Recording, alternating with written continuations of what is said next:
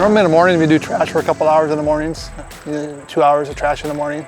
And it all depends on the weather, of course. We do a lot of mowing. In the fall time we do a lot of leaf cleanup. Obviously in the winter time we do a lot of snow removal.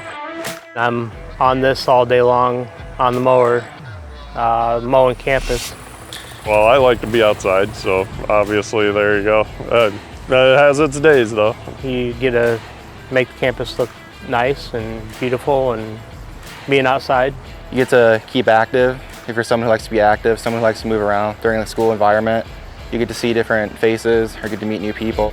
The biggest thing obviously is the educational portion for us with kids, even if you're planning ahead or even if you're looking to maybe do some yourself. Schooling is probably the biggest one for me though, for my kids, especially like that, That's what I'm here for, is the schooling for the kids, and it's a good job obviously.